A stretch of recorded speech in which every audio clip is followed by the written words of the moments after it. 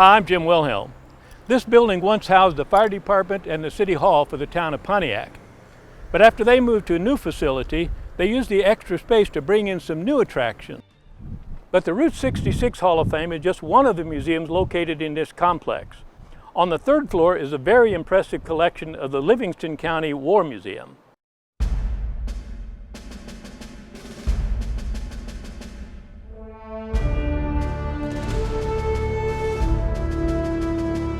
Right now, we have 189 uniforms on mannequins. It's about the people.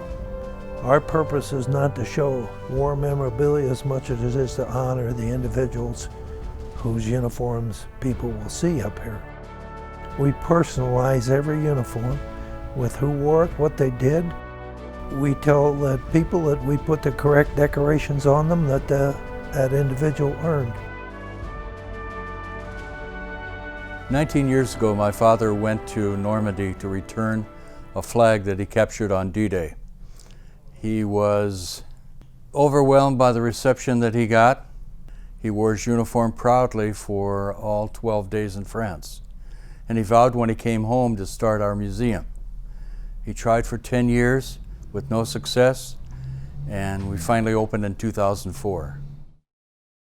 My father's uniform that is here, also a table displaying the men who landed on D-Day, June 6, 1944. We also have a 15-minute video on display of my dad talking about landing on D-Day. Down the bluff we went. As we went, more artillery came into the field, and about 5 more boys were hit with artillery. We have one uniform over there of an individual who was killed fighting a tank with a rifle. He has a Distinguished Service Cross, and he's in reconsideration for the Medal of Honor. We've got another Marine uniform, a Marine who was shot 5 times on Tarawa, and we have his dog tag with a bullet hole right through the middle of it. And there are a lot of stories. We have another of an individual who was in the Bataan Death March and survived that. It's completely staffed by veterans of the different wars. I had carried my uniform with me as long as I traveled around. I was just about ready to throw it away. My wife said, well, there's a place here where you could take your uniform and you wouldn't be throwing it away. So I brought it up here and they said, why, sure, they could take care of that. That's it. That's it. That's what makes the rest of the guys very angry. The fact that I have fit in mine, and some of them have a bit of a problem with that. But I can fit into that uniform. That means I'm in good shape. I knew that if we just stayed at home, someday I'd get thrown in a box and throw it away someday. So we decided this is a way of remembering me.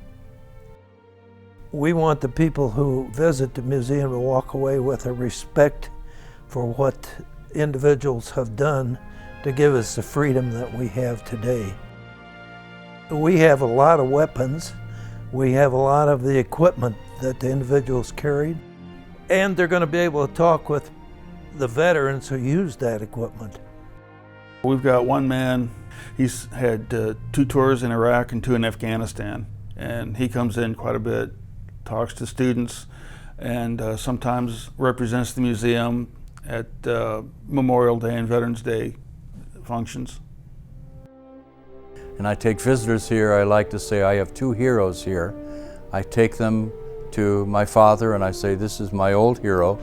And then I take them over to the corner and I show them the hero of my buddy who was lost in Vietnam at age 20 with only 3 weeks to go before coming home. He taught me to live on the jungle floor. I tell about his early life, the 4 months that I knew him, about his 11 brothers and sisters back in Wisconsin. My dad would say what he wanted visitors to say when they came in.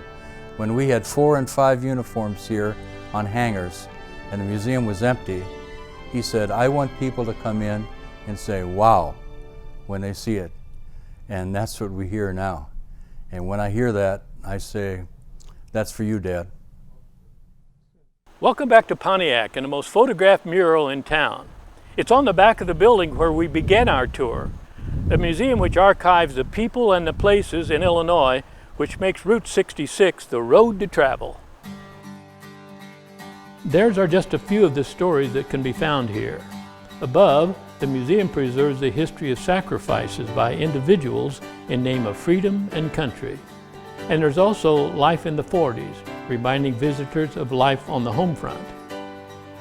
For more information about the places we visited in Pontiac, contact the Pontiac Tourism Office at 815-844-5847.